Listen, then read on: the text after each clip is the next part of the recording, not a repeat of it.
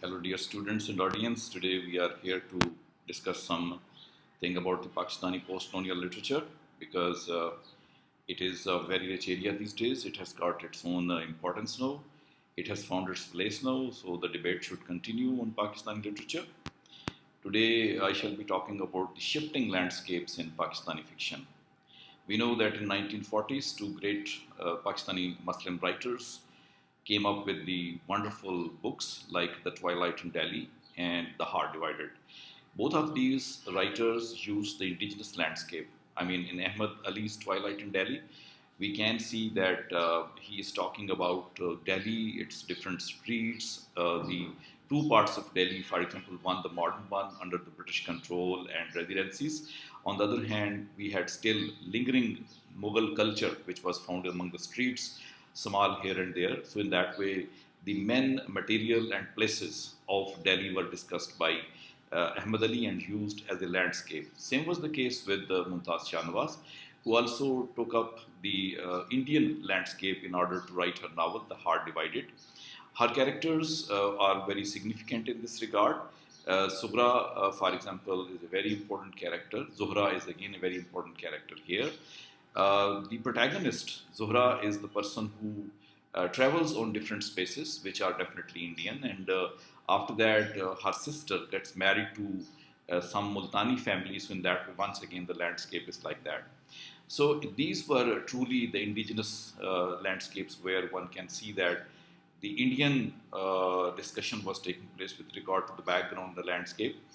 And it was exactly in accordance with the post-colonial theory because literatures which are called post-colonial are supposed to employ the characters and the landscape from their own territories, which were formerly ruled and colonized by the British people, and now they have been decolonized. But with the passage of time, changes do come in the landscape. That is why today's topic is shifting landscapes. For example, if we come to the novel of Zulfikar Ghose's Murder of Aziz Khan, which has been read and discussed by so many people. This novel is again carrying a lot of things which are relevant to Karachi, for example. It depicts and portrays Aziz's family, and alongside that, it also portrays Shah's family, Ayub Shah's family. Both of these families are found to be residing in Pakistan, so Karachi is the background, and therefore the landscape of Sindh is used as the background, as the landscape in this novel. But with the passage of time, the writer takes interest in shifting the characters towards England, for example. Afaq, the youngest Shah brother, and the wife of Ayub, the eldest Shah brother, they travel to London and stay for some time there. So, in this way, the landscape is now hybrid, not only in Pakistan but also in London, in Europe. Same is the case with the other novels which followed later on. For example, Bapsi Sidwa's novels. One of these novels, An American Brat, for example, again is a hybrid in landscape because it talks about Pakistani landscape. It then goes to travel to USA. There are the characters, there are the spaces of USA. We can see that Feroza, who was born and bred in Pakistan, later on she continued to travel to there and for the sake of studies. She modernized herself. She continued to discuss the things which were American and Pakistani both. So in this way, Bapsi Sidwa also uses the landscape which is shifting, which is hybrid, which is different from the normal post-colonial writer's background.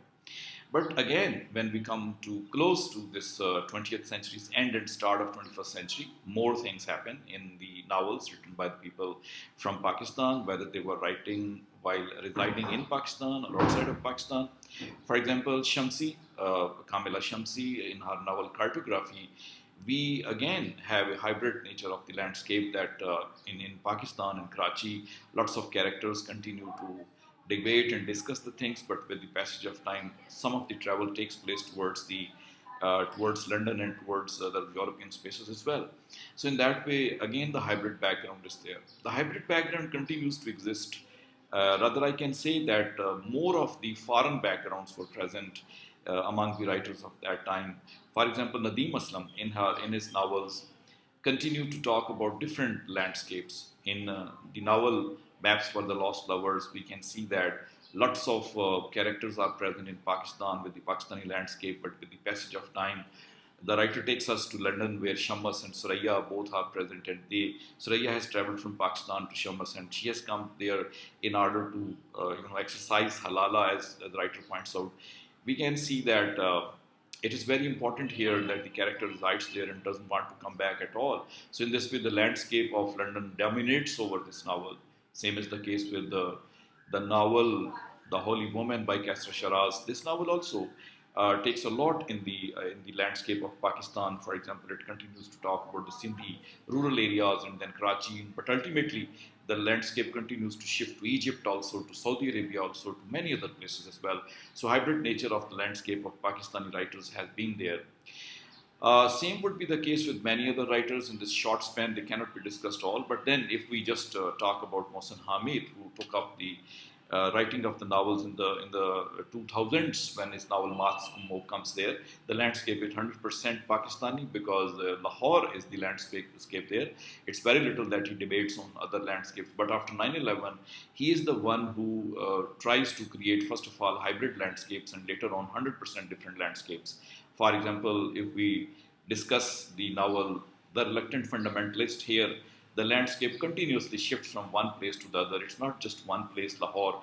It is America as well, Manhattan, for example, and then it is the other countries, Philippines, for example, Chile, for example, Greek, for example. So in this way, multiplicity of landscapes can be found in his novel. Yet again, he returns to the novel, Getting Filthy Rich in Rising Asia.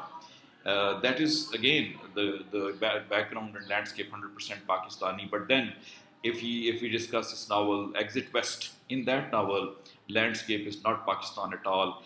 Rather, the writer has used an anonymous landscape where he goes to talk about the different countries. Maybe certain indicators indicate that he starts a story from Afghanistan or from Iraq, and later on they continue to travel to Greece and then to Chile, and after that to London, and then to USA. So multiplicity of landscapes can be found in this novel.